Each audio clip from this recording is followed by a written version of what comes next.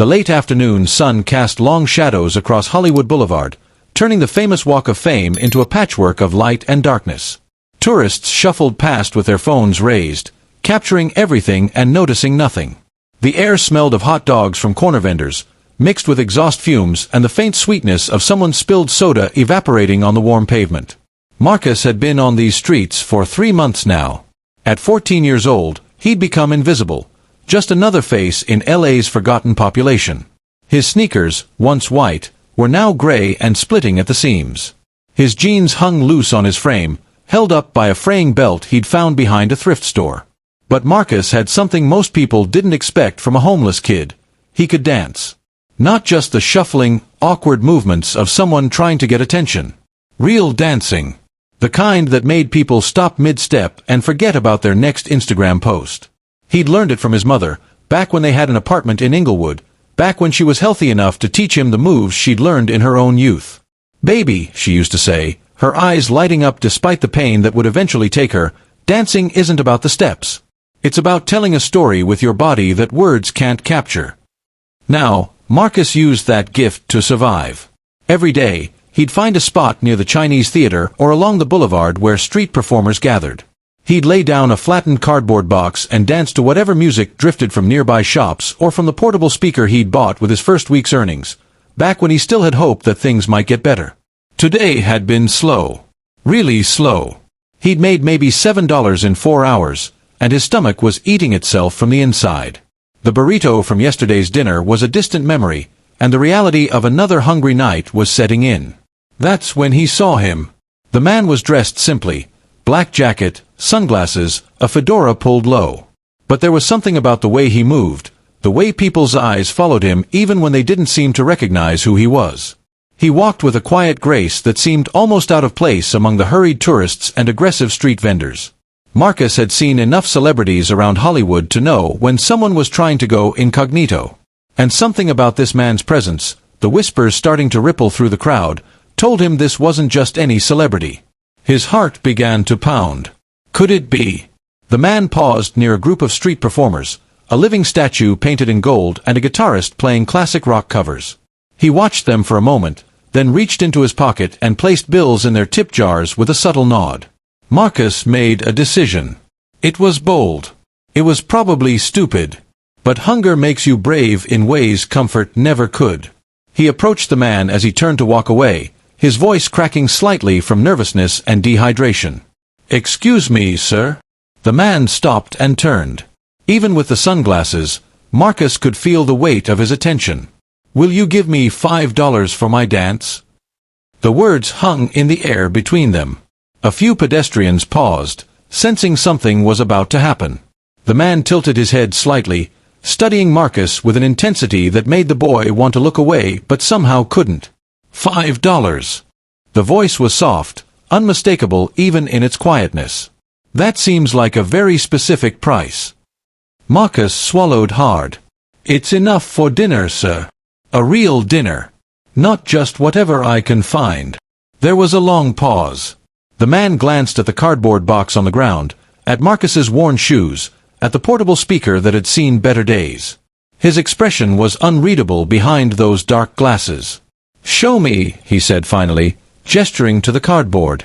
"Show me what $5 gets me."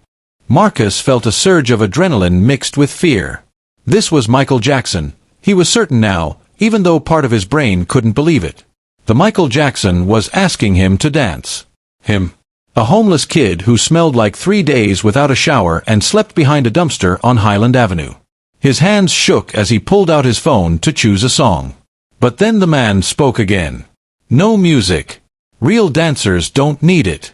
They carry the rhythm inside them." Marcus nodded, his mouth dry. He stepped onto the cardboard and closed his eyes for just a moment, hearing his mother's voice. "Tell a story with your body that words can't capture." And then he danced. He started slow, letting his body find its center, his feet remembering the patterns his mother had taught him. Then he built momentum, a spin, a slide, a freeze that would have made any b-boy proud. He incorporated movements he'd learned from watching YouTube videos on library computers, blended with the raw emotion of 3 months on the streets. Every pop and lock told the story of survival. Every fluid wave spoke of dreams that refused to die despite everything. He wasn't just dancing for $5 anymore. He was dancing for his mother, for the apartment they'd lost, for every cold night and hungry morning. He was dancing because it was the one thing no one could take from him. When he finished, breathing hard, sweat dripping down his face despite the cooling evening air, he opened his eyes. A crowd had gathered. At least 30 people formed a semicircle around them, phones out, but for once not recording, just watching. And in the center of it all stood Michael Jackson, sunglasses now lowered, revealing eyes that held something Marcus couldn't quite name. Was it recognition? Respect? Memory? The man reached into his jacket pocket. Marcus expected a $5 bill, maybe a 20 if he was lucky. What he didn't expect was for the man to pull out a card. "What's your name?" he asked. "Marcus." "Marcus Webb, sir." "Marcus." The man tested the name, as if filing it away somewhere important. "How long have you been out here?" "3 months, sir. Since my mom." He couldn't finish the sentence. Didn't need to. Michael Jackson nodded slowly, understanding in that single gesture. He handed Marcus the card, simple, cream-colored, with a phone number embossed in elegant script.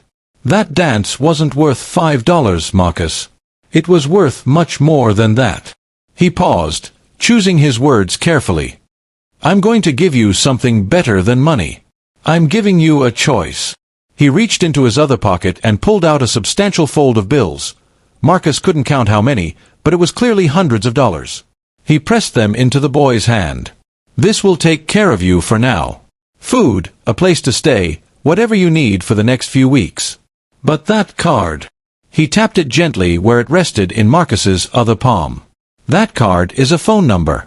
My assistant's number. You call it tomorrow at 10 in the morning. You tell them Michael sent you. And then you show up." "Show up where, sir?" Marcus's voice was barely a whisper. "To dance. Really dance. I have a studio in Burbank. I work with young dancers sometimes, help them develop their craft. Kids with real talent who just need a chance." He smiled, a genuine smile that transformed his face. "You've got something special, Marcus. Something raw and real. The streets taught you things that fancy dance schools never could. But you need technique too. Structure. Training." Marcus felt tears building behind his eyes. "Why? Why would you do this for me?" Michael Jackson looked at him for a long moment before answering. "Because someone did it for me once.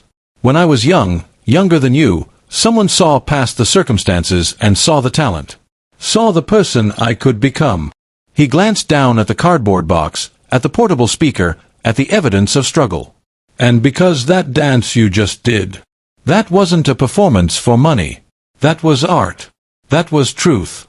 And real art deserves to be nurtured, not left to survive on street corners."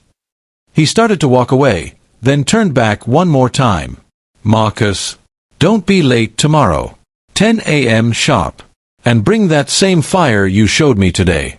That's what makes the difference between good and unforgettable."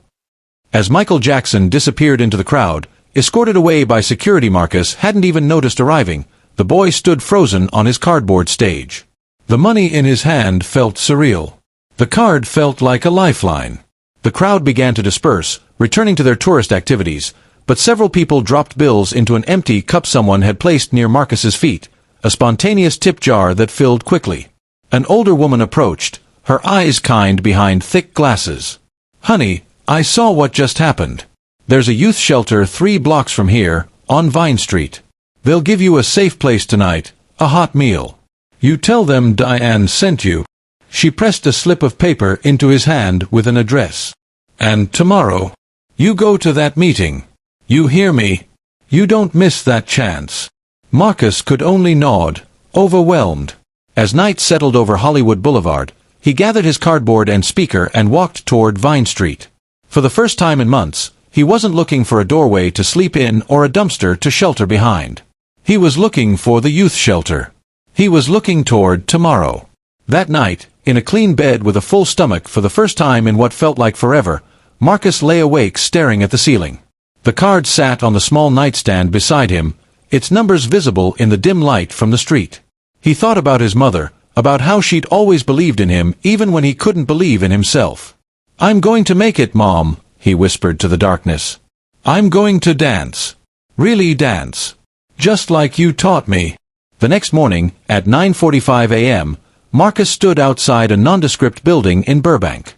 His clothes were the same worn ones from yesterday. He had no others, but he'd washed his face and hands in the shelter bathroom until they were pink and raw from scrubbing. His hair, usually a wild tangle, was combed as neatly as he could manage without product. At exactly 10 a.m., he dialed the number.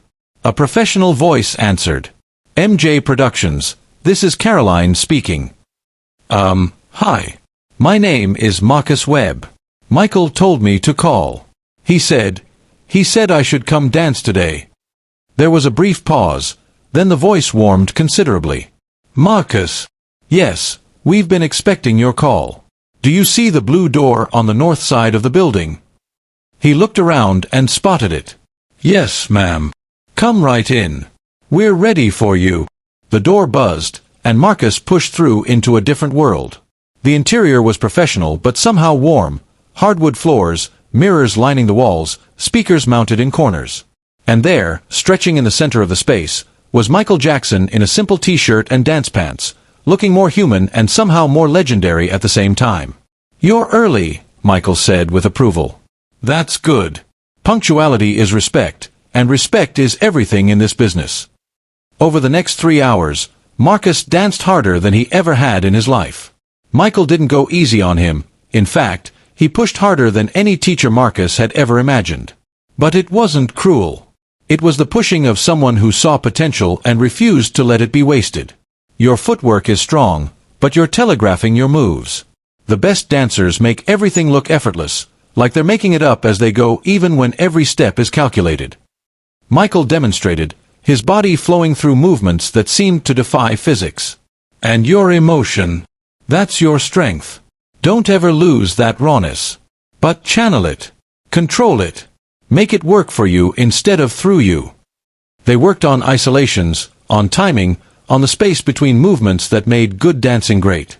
Michael brought in 2 of his choreographers, and they ran Marcus through combinations until his legs shook and sweat soaked through his shirt. During a water break, Michael sat beside him on the floor, both of them breathing hard. "You're wondering why I'm doing this," Michael said. It wasn't a question. Marcus nodded, too tired to speak. "Because the world tried to take something from you, Marcus. It took your home, your mother, your childhood. But it couldn't take your art. And when the world can't take something from you, that's when you know it's truly yours." He looked at the boy with serious eyes. "I want to help you hold on to it. Build it. Make it into something that can never be taken away." Over the following months, Marcus's life transformed. Michael arranged for him to stay in a group home for performing arts students, a safe, structured environment where he had his own room, regular meals, and most importantly, access to daily training. The arrangement was quiet, kept out of the media, because Michael understood that attention could be as destructive as it was helpful. Marcus attended regular school during the day and trained at the studio 4 evenings a week. Michael wasn't always there. His schedule was impossibly busy with his own projects, but when he was, he worked with Marcus personally. On the days Michael was away, his choreographers continued the training, building on the foundation. But it wasn't just dance. Michael, who'd lost his own childhood to fame, understood that Marcus needed more than just technical training. He needed life skills, counseling to process his mother's death and his time on the streets, and normal teenage experiences. Through Michael's foundation, all of this was provided, not as charity but as investment in potential. "Talent is common," Michael told him one evening after a particularly grueling session. "The streets are full of talented people. What's rare is the combination of talent, work ethic, and opportunity all meeting at the right moment. You've got the first 2. I'm trying to provide the third." A year later, Marcus performed in a showcase for young dancers at a small theater in downtown LA. The audience was a mix of industry professionals, art supporters, and a carefully selected group of media. Michael sat in the back row, fedora and sunglasses in place, but Marcus knew he was there. Could feel his presence. When Marcus took the stage, he thought about that day on Hollywood Boulevard. About the cardboard box and the $5 he'd asked for. About his mother's voice teaching him that dance was storytelling. And then he danced, a piece he'd choreographed himself with guidance from Michael's team, telling the story of survival, loss, and transformation without a single word. The performance lasted 7 minutes. When it ended, the theater was silent for a heartbeat before erupting in applause. Marcus stood in the spotlight, breathing hard, and caught Michael's eye in the back row. The man nodded once, a small gesture that meant everything. After the show, backstage, Michael approached with several people Marcus didn't recognize. Agents, managers, choreographers for major tours and music videos. "Marcus, these people want to talk to you about opportunities. Real opportunities." Michael rested a hand on the boy's shoulder. "But remember what I told you. Stay humble. Work hard. Never forget where you came from or who helped you along the way. And most importantly," he paused, making sure Marcus was listening, "when you make it, and you will make it, find your own cardboard box. Find your own hungry kid with stars in their eyes. And give them the same chance someone gave you." Marcus looked at the man who'd changed his life over a $5 dance on a dirty Hollywood sidewalk. "I will. I promise." "Good," Michael said simply. Then he smiled that transformative smile. "Besides, I'm going to need an assistant choreographer in a few years. Someone who understands both the technical side and the soul side. Someone who's lived enough to bring truth to the movement. Think you might be interested?" Marcus couldn't speak. Could only nod as tears blurred his vision. "Then keep working, Marcus Webb. Your story isn't over. It's just beginning." As Michael Jackson walked away, surrounded by his team, Marcus stood in that backstage area and felt the weight of possibility. The cardboard box was gone, replaced by polished stages. The $5 had become a career. The homeless boy had become a dancer with a future. But what hadn't changed, what he'd promised himself would never change, was the rawness, the truth, the story his body told when he danced. That homeless kid was still there in every movement, every performance, reminding him where he came from and why he'd keep pushing forward.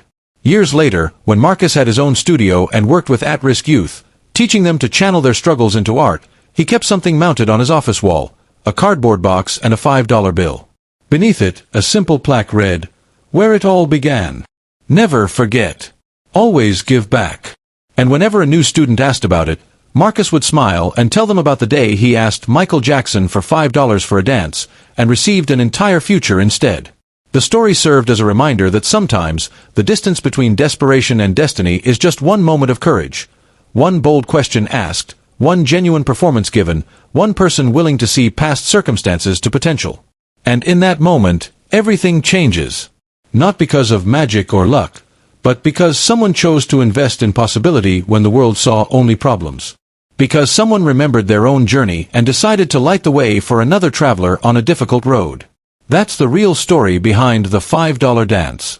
Not just about a homeless boy who became a dancer, but about the ripple effect of compassion, the multiplication of opportunity, and the understanding that art, real, truthful art, deserves to be nurtured wherever it's found, even on a cardboard box on Hollywood Boulevard.